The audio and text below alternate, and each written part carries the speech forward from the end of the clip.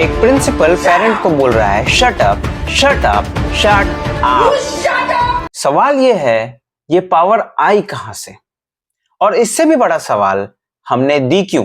आजकल एक वीडियो बहुत वायरल हो रहा है जिसमें एक प्रिंसिपल पेरेंट्स पे चिल्ला रही हैं, शट अप बोल रही हैं। एलिगेशन क्या है? एलिगेशन ये है कि स्कूल जबरदस्ती कर रहा है कि आपको स्कूल से ही बुक्स और कॉपीज खरीदने होंगे। जब पेरेंट्स ने सवाल किया तो उनको शट अप कहकर भगाने की कोशिश करी गई, बच्चे का नाम काटने तक की धमकी दी गई है। यहाँ पे 3 बड़े सवाल खड़े होते हैं।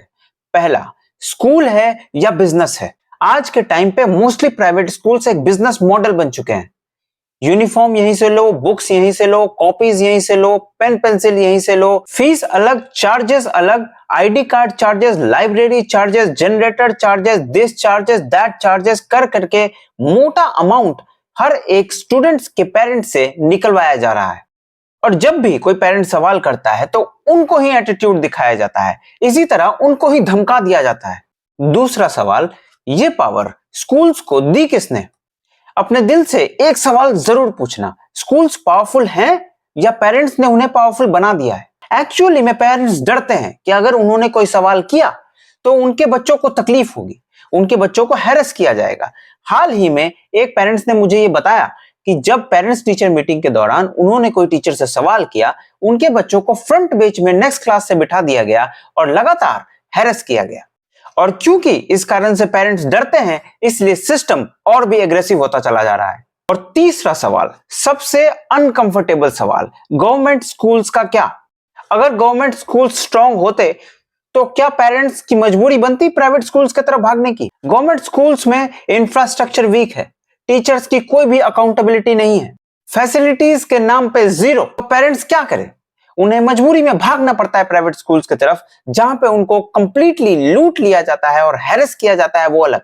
इस सेक्टर में कोई भी सरकार कुछ भी काम करने के लिए तैयार नहीं है। अब बात करते हैं कि इसका सॉल्यूशन क्या है। गेम पूरी तरीके से चेंज हो रही है। अब सारा एजुकेशन मॉडल ऑनलाइन आ रहा है।